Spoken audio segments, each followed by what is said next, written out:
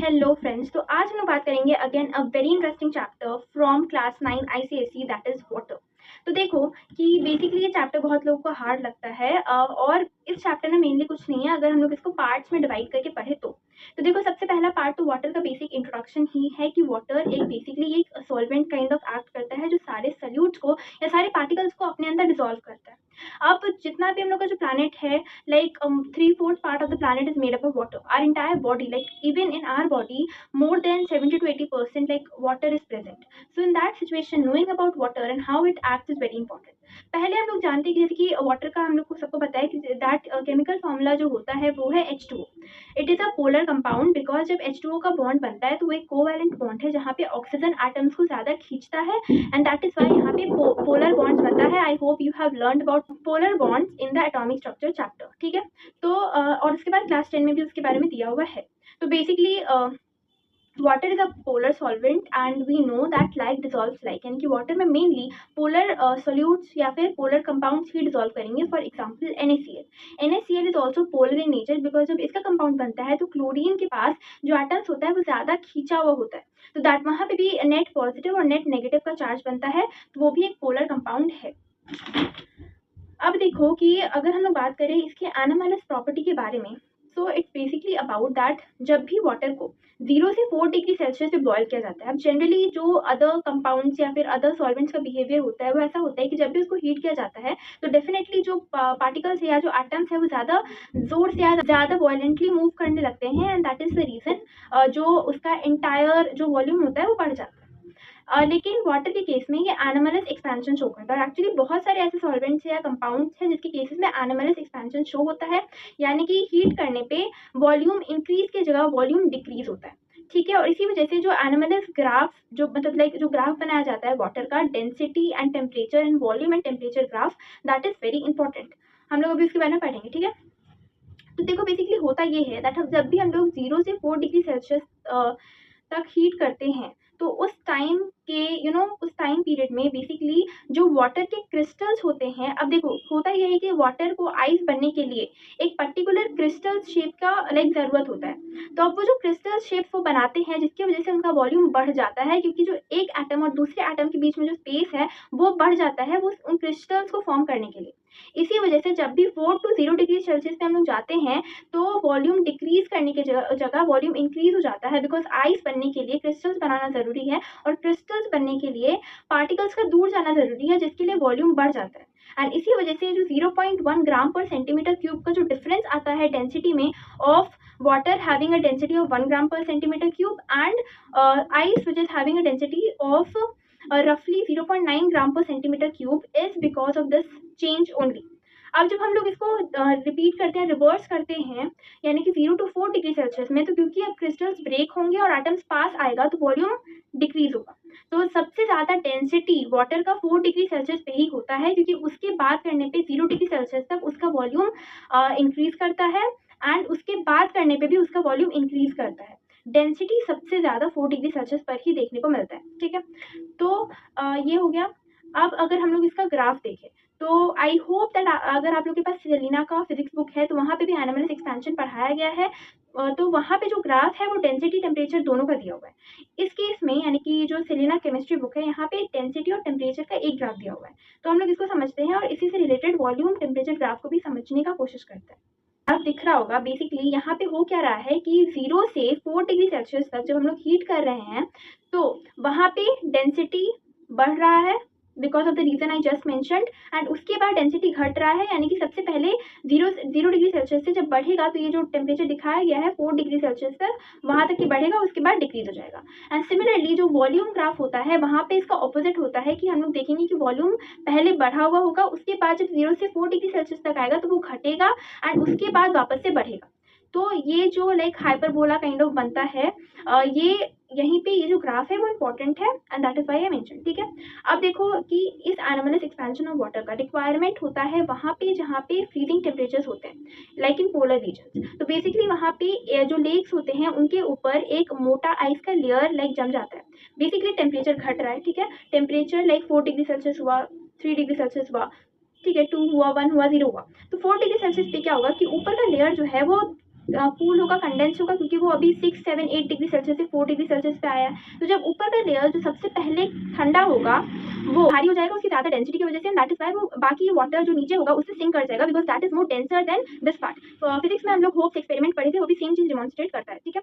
तो I am trying to connect it with like physics chemistry, ताकि you just get an idea, better idea. Okay, तो हाँ, तो वो जो आइस है वो नीचे चला जाएगा, अब जो वाटर है वो ऊपर फिर से लाइक वो ठंडा होगा, जब तक 4 डिग्री सेल्सियस है यही सेम चीज़ चलते रहेगा। अब टेम्परेचर कम हुआ, 0 डिग्री सेल्सियस हुआ, अब ऊपर का आइस डायरेक्टली लाइक ऊपर का वाटर डायरेक्टली जम जाएगा, अब वो और डेंस होके फिर नीचे नहीं जाएगा। तो क्योंकि ऊपर का आइस मतलब ऊपर का वाटर जम चुका है, तो नीचे का जो वाटर है लेकिन वो अभी भी लिक्विड है, because we know that water is a very poor conductor of heat and something. तो नीचे से वाटर नहीं जमेगा, ऊपर से ही जमेगा, तो ऊपर का लेयर जम जाएगा, नीचे पानी ही रहेगा, जिसकी वजह से फिशेस जो है वो नीचे सर्वाइव कर पाएंगी वाटर में। और क्योंकि आइस एक बैड कंडक्टर ऑफ हीट होता है, तो ऊपर से जो ठंडा है या फिर अंदर, बेसिकली ये ज़्यादा बेटर होगा कहना कि अंदर का जो गर्मी है वो बाहर नहीं जा पाएगा, जिसके कारण नीचे वाटर ही रहेगा, ऊपर आइस हो जाएगा, ठीक है।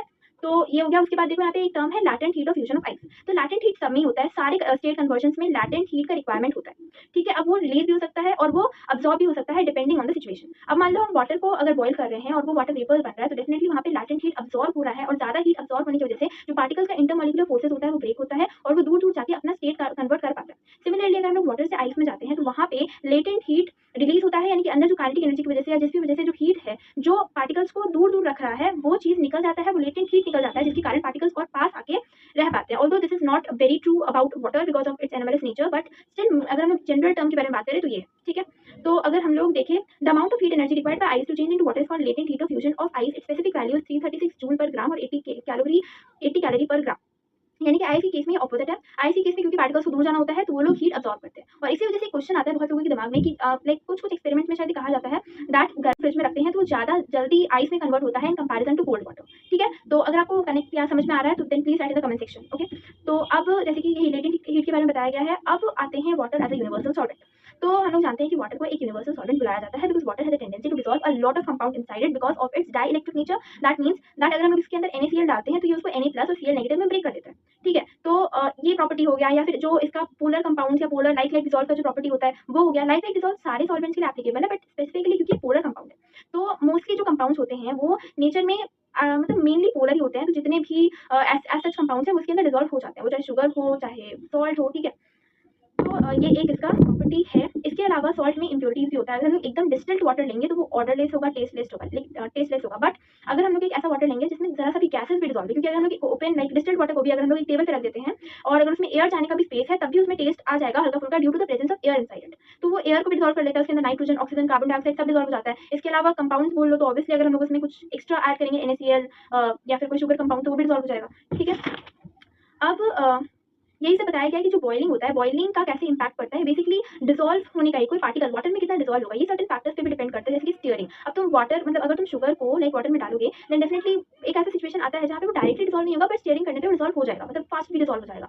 तो ये एक प्रोसेस है, स्टीयरिंग पे डिपेंड करता है। इसके बाद बॉइलिंग पे डिपेंड करता है कि अगर हम उसको गर्म करते हैं तो डेफिनेटली यहाँ पे सैचुरेटेड और अनसैचुरेटेड और लाइक सुपर सैचुरेटेड का भी केस होता है, बट अगर हम थोड़ा सा भी लाइक उसको हीट दे वगैरह वगैरह तो वो ज़्यादा जल्दी डिसॉल्व कर लेगा। तो यहाँ पे बॉइलिंग पे भी डिपेंड करता है, बट बॉइलिंग पे डिपेंड करता है सिर्फ और सिर्फ सॉलिड के केसेस में या फिर लिक्विड के केसेस में, वरना ये सेम केस गैसेस के लिए एप्लीकेबल नहीं है। जितना ज़्यादा रादर हम लोग वाटर को हीट करेंगे गैसेस का सॉल्युबिलिटी डिक्रीज करेगा, और जितना ज़्यादा प्रेशर इंक्रीज करेंगे गैसेस का सॉल्युबिलिटी इंक्रीज करेगा। बट मेनली लिक्विड्स या सॉलिड्स के लिए प्रेशर इंक्रीज करना एप्लीकेबल नहीं होता है, कि प्रेशर इंक्रीज करने से कुछ ज़्यादा चेंजेस देखने को नहीं मिलते हैं, क्योंकि सॉलिड्स का या लिक्विड्स का वॉल्यूम सेम होता है। गैसेस को कंप्रेस कर दिया जा सकता है, इसीलिए प्रेशर पे गैसेस का सॉल्युबिलिटी इन वाटर डिसॉल्व मतलब डिपेंड करता है, ठीक है। तो अब इसी का एग्जांपल्स क्या हुआ, एंड देन आते हैं सॉल्यूशंस। तो सॉल्यूशंस क्या होता है कि कभी भी हम लोग सॉल्यूट और एक सॉल्वेंट को डिसॉल्व करते हैं तो वो एक सॉल्यूशन फॉर्म करता है, ठीक है। ये सिंपल डेफिनेशन है सॉल्यूशन का। Basically any homogeneous mixture of 2 और मोर कंपाउंड्स और components which dissolve together to basically change the relative amount of the components. कि अगर हम लोग शुगर वाटर बना रहे हैं तो पहले वो वाटर था, पहले ये शुगर था, अब यहाँ पे रिलेटिव कंपाउंड एक डिफरेंट हो गया। वो जो पूरा सोल्यूशन था वो अब डिफरेंट टेस्ट करेगा, हो सकता है उसका प्रॉपर्टीज भी डिफरेंट हो। फॉर एग्जाम्पल जब हम लोग NaCl को या कोई भी आयन वाले कोई भी कंपाउंड को अगर वाटर में डिसॉल्व करते हैं तो एक गुड कंडक्टर ऑफ इलेक्ट्रिसिटी हो जाता है, but distilled water good conductor of electricity नहीं है, ठीक है। तो हो सकता है कि कुछ प्रॉपर्टीज भी चेंज हो जाए, बट मेनली ये फिजिकल चेंजेस होता है, यहाँ पे केमिकल चेंजेस नहीं हो रहा है अंटिल एंड अनलेस कोई जैसे सोडियम को डिसॉल्व कर दिया ऐसा कुछ, तो वहाँ पे केमिकल चेंजेस होगा। तो डेफिनेटली ये भी डिपेंड करता है। इसके अलावा ट्रू सोल्यूशन अगर है तो वो होमोजेनियस होना चाहिए। उसके अंदर अब देखो जनरली जो पार्टिकल्स डिसॉल्व कर जाते हैं किसी भी लिक्विड या वाटर के अंदर, वो ऑलमोस्ट 1 एंगस्ट्रॉम या फिर 10 to the power -10 metre like length के होते हैं। तो अब यहाँ पे जैसे कि हाँ, तो तो 3 टाइप का सॉल्यूशन होता है, एक होता है सैचुरेटेड सॉल्यूशन, एक होता है अनसैचुरेटेड सॉल्यूशन और एक होता है super saturated solution. Unsaturated solution वो होता है, फॉर एग्जांपल अगर हम लोग वाटर में NaCl को डिसॉल्व करना चाहे या फिर सपोज शुगर को डिसॉल्व कर रहे हैं, तो इनिशियली तो हम लोग लाइक ठीक है 10 ग्राम 20 ग्राम जितना हम लोग डिसॉल्व कर रहे हैं वो हो जाएगा एक सर्टेन क्वांटिटी ऑफ वाटर में। अब ऑब्वियसली वाटर क्वांटिटी बढ़ाना नहीं है वरना तो फिर डिसॉल्व होते रहेगा। तो एक सर्टेन क्वांटिटी ऑफ वाटर में पहले हम थोड़ा सा शुगर डाले फिर और डाले वो डिसॉल्व हो जाएगा, बट एक ऐसा टाइम आएगा जब वो और डिसॉल्व नहीं हो पाएगा। ये जो सिचुएशन होता है जहाँ पे any more solute can not be dissolved inside water at that particular temperature और pressure is known as like saturated solution. So that solution is now saturated. It cannot dissolve any more solute inside it. Secondly, तो अब जो ये पहले जो solution था, पहले जो सोल्यूशन था जहाँ पे हम लोग और डिसॉल्व कर पा रहे थे उस स्टेट को बोलते हैं अनसैचुरेटेड सोल्यूशन। जहाँ पे ये और डिसॉल्व नहीं कर पा रहा है उसको बोलते हैं सैचुरेटेड सोल्यूशन। और जहाँ पे हीट करने से वो डिसॉल्व कर लेगा बट उसको हीट करके उसका टेम्परेचर बढ़ाना पड़ेगा ताकि उसका इंटरमॉलिक्यूलर स्पेसेस बढ़े और वो और ज़्यादा सोल्यूट को डिसॉल्व कर पाए। ये सिचुएशन जहाँ पे वो और अपने जो उसका आइडियल अमाउंट था जो वो डिसॉल्व कर सकता था उससे ज़्यादा डिसॉल्व कर पा रहा है, then that situation is known as super saturated solution. ठीक है, तो यहाँ पे ये सिचुएशंस होते हैं, ये 3 सॉल्यूशंस टाइप के सॉल्यूशंस होते हैं। एंड डेफिनेटली ब्रॉडली तो फिर इसको होमोजीनियस हेटेरोजीनियस उसके अंदर भी लाइक इमल्शन वगैरह वगैरह में डिवाइड किया जाता है, but that is not a part of our syllabus, that was of class 8। ठीक है, तो ये हो गया।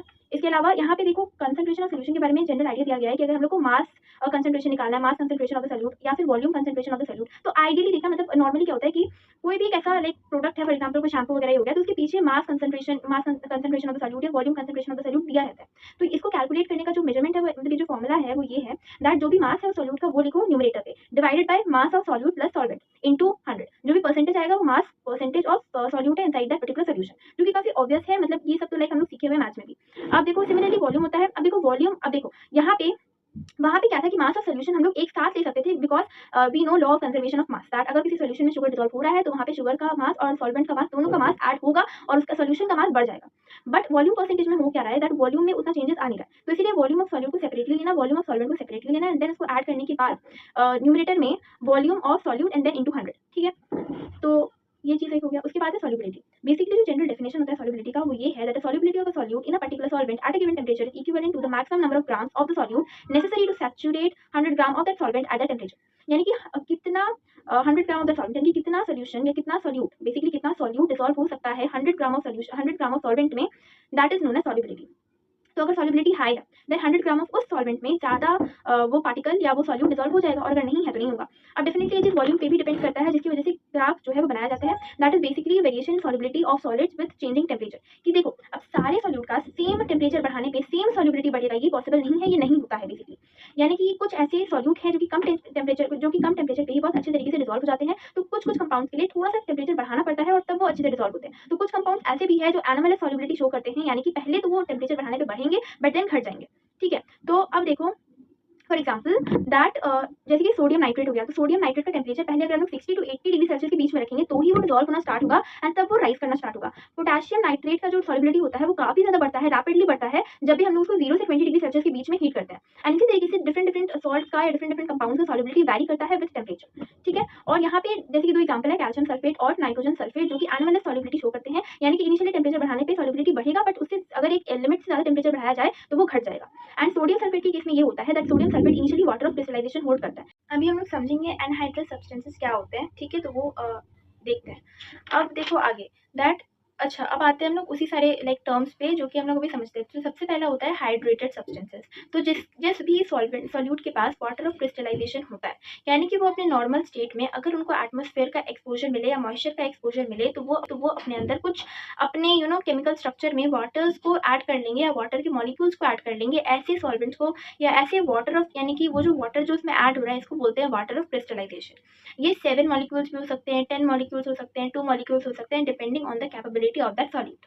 अब जिन भी सॉल्यूट के पास ऐसे वाटर ऑफ क्रिस्टलाइजेशन होते हैं उनको हाइड्रेटेड सब्सटेंस बोला जाता है, और जिनके पास नहीं होता उनको एनहाइड्रस सब्सटेंसेस बोला जाता है, या जो एटमॉस्फेयर के एक्सपोजर पे उसको छोड़ देते हैं, रिलीज कर देते हैं। बेसिकली जब उसके पास नहीं होता है, वो चाहे कैसे भी नहीं हो, एटमॉस्फेयर से एक्सपोजर के बाद नहीं हो या बॉइलिंग के बाद नहीं हो, उसको बोलते हैं एनहाइड्रस सब्सटेंसेस। ठीक है, एंड इसके बाद सिमिलरली कुछ प्रोसेसेस होते हैं जैसे कि एफरवेसेंस। अब एफ्लोरेंस कुछ प्रोसेसेस होते हैं जैसे कि एफ्लोरेंस। अब जैसे कि एफ्लोरेंस में क्या होता है कि जब भी सॉल्यूट को एटमॉस्फेयर में एक्सपोज किया जाता है तो वो अपना वाटर ऑफ क्रिस्टलाइजेशन लूज करके एक एनहाइड्रस सब्सटेंस बन जाता है। एग्जाम्पल Na2CO3 जिसके पास 10 वाटर ऑफ क्रिस्टलाइजेशन यानी कि 10 मॉलिक्यूल्स ऑफ वाटर थे, उसके इनिशियल एक मॉलिक्यूलर स्ट्रक्चर में उसको जब ड्राई एयर से एक्सपोजर किया जाता है तब वो सिर्फ एक वाटर ऑफ क्रिस्टलाइजेशन यानी कि Na2CO3.H2O और 9H2O यानी कि 9 वाटर ऑफ क्रिस्टलाइजेशन रिलीज हो जाते हैं उसके स्ट्रक्चर से।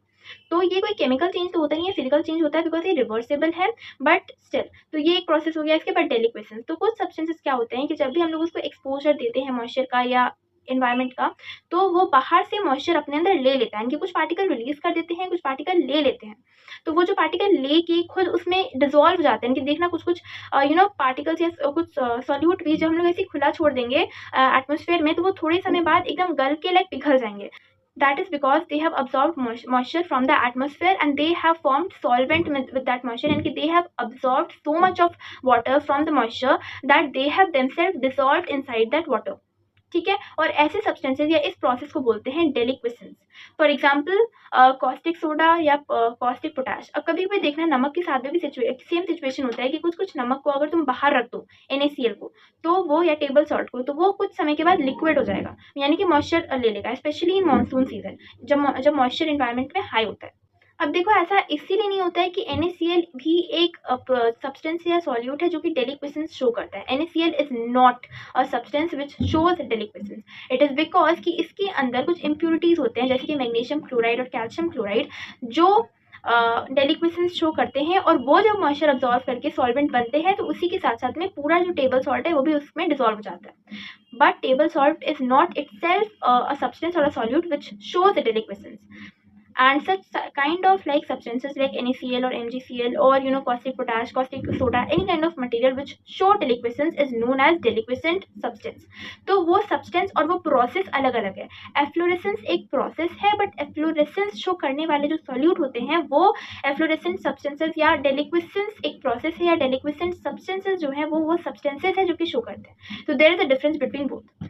Then hygroscopy. हाइग्रोस्कोपी वो प्रोसेस है जहाँ पे वो अब्सॉर्ब तो करते हैं, यानी कि solute water of crystallisation absorb करते हैं, बट वो उसके साथ मिलते नहीं है, सॉल्वेंट नहीं बनाते, वो बस एक सोकी काइंड ऑफ एक कंपाउंड बना लेते, कंपाउंड नहीं मतलब वो ना एक सोकी काइंड ऑफ अपना खुद का स्ट्रक्चर बना लेते हैं, बट वो उसमें डिसॉल्व नहीं होते, लिक्विड नहीं बनते, like they do not form solutions, they just absorb. Okay, तो फॉर एग्जाम्पल H2SO4, इसीलिए H2SO4 को लाइक ऐसे नहीं रखा जाता है लाइक खुले में, because it can absorb moisture from the environment, and एक कंसनट्रेटेड H2SO4 डिल्यूट में चेंज हो सकता है अगर उसको ऐसे ही खुला छोड़ दिया जाए तो, क्योंकि वो एटमोसफेयर से वाटर लेके खुद को डिल्यूट बना लेगा। इसके बाद क्विकलाइम या सिलिका जेल SiO2 जो होते हैं वो भी सिमिलरली हाइग्रोस्कोपी शो करते हैं। इसके बाद एक इम्पॉर्टेंट चीज़ है that is drying agent and dehydrating agent. Drying agent वो होते हैं फॉर एग्जांपल जिंक क्लोराइड या फॉस्फोरस पेंटाऑक्साइड, जो कि किसी भी एक जिसके अंदर एक ऐसे सॉल्वेंट के अंदर जिसके अंदर वाटर ऑफ क्रिस्टलाइजेशन है, उससे वाटर ऑफ क्रिस्टलाइजेशन को लेके सिर्फ उसमें फिजिकल चेंज करते हैं, उसमें कोई केमिकल चेंज नहीं करते। फॉर एग्जांपल अगर हम लोग जैसे कि Na2CO3 को एक बाउल में रख दे और उसके नीचे जिंक क्लोराइड को रख दे या फॉस्फोरस पेंटाऑक्साइड को रख दे तो कुछ समय बाद वो मॉइस्चर लूज कर जाएगा, या अगर इन दोनों को कॉन्टैक्ट में रख दे तो भी वो मॉइस्चर लूज कर सकता है, क्योंकि ये जो पार्टिकल्स होते हैं, ये जो सब्सटेंसेज जिसको ड्राइंग एजेंट के तौर पर इस्तेमाल किया जाता है, ये एनहाइड्रस होते हैं। अब एनहाइड्रस होने के चक्कर में उसके पास क्योंकि वाटर ऑफ क्रिस्टलाइजेशन नहीं है तो वो अब्सॉर्ब करके हाइड्रेटेड बनना चाहेगा, तो इसी चीज़ में वो वाटर ऑफ क्रिस्टलाइजेशन अब्सॉर्ब कर लेगा इन पार्टिकल से या इन सॉल्यूट से जो कि मॉइस्चर दे सकते हैं, लाइक ठीक है, मतलब वो एफ्लोरेसेंस होते हैं, मतलब एफ्लोरेसेंस शो करते हैं कि वो आराम से लाइक दे सकते हैं अपना वाटर ऑफ क्रिस्टलाइजेशन। तो उस केस में ड्राइंग एजेंट का इस्तेमाल किया जाता है जो कि सिर्फ फिजिकली चेंज करता है, केमिकल कोई चेंज नहीं करता। बट डिहाइड्रेटिंग एजेंट्स वो होते हैं जो कि पूरी तरीके से लाइक केमिकली भी चेंज कर देते हैं। फॉर एग्जाम्पल एक क्वेश्चन बहुत बार लाइक आता है दैट अगर हम लोग सुक्रोज में दैट इज C11H22 C12H22O11 उसमें अगर H2SO4 डाले तो उसका क्या रिजल्ट होगा, तो इट्स बेसिकली कि वो 12 carbon compound like 12 carbon molecules और 11 वाटर मॉलिक्यूल्स में ब्रेक हो जाएंगे। तो ये जो चेंज है या जो ब्रेक है उसमें क्या हो रहा है, पूरा जो केमिकल प्रॉपर्टीज है वही चेंज हो जा रहा है। सुक्रोज जो कि कंपाउंड था वो कार्बन में कन्वर्ट हो गया और वाटर में कन्वर्ट हो गया, तो यहाँ पे उसका केमिकल प्रॉपर्टीज चेंज हो रहा है। अब H2SO4 जो है वो यूजुअली हम लोग लाइक उसको एज अ ड्राइंग एजेंट और डिहाइड्रेटिंग एजेंट दोनों तरीके से इस्तेमाल करते हैं, बिकॉज वो केमिकली और फिजिकली दोनों चेंज कर सकता है जिस तरीके से उसको इस्तेमाल किया जाए और जिस कंपाउंड के साथ इस्तेमाल किया जाए। बट कुछ सब्सटेंसेस होते हैं, फॉर एग्जाम्पल एल्यूमिना, जैसे कि Al2O3, ये डिहाइड्रेटिंग एजेंट होता है, ये ड्राइंग एजेंट नहीं होता है उतना अच्छा। बट ड्राइंग एजेंट में जैसे कि कैल्शियम ऑक्साइड या फिर फॉस्फोरस पेंटोऑक्साइड या कैल्शियम क्लोराइड जैसे एनहाइड्रस सब्सटेंसेस होते हैं जो कि सिर्फ ले लेते हैं मॉइस्चर, केमिकली चेंज नहीं करते। ठीक है, तो this was for the video. If you like, please hit the like button, subscribe to the channel and share with your friends.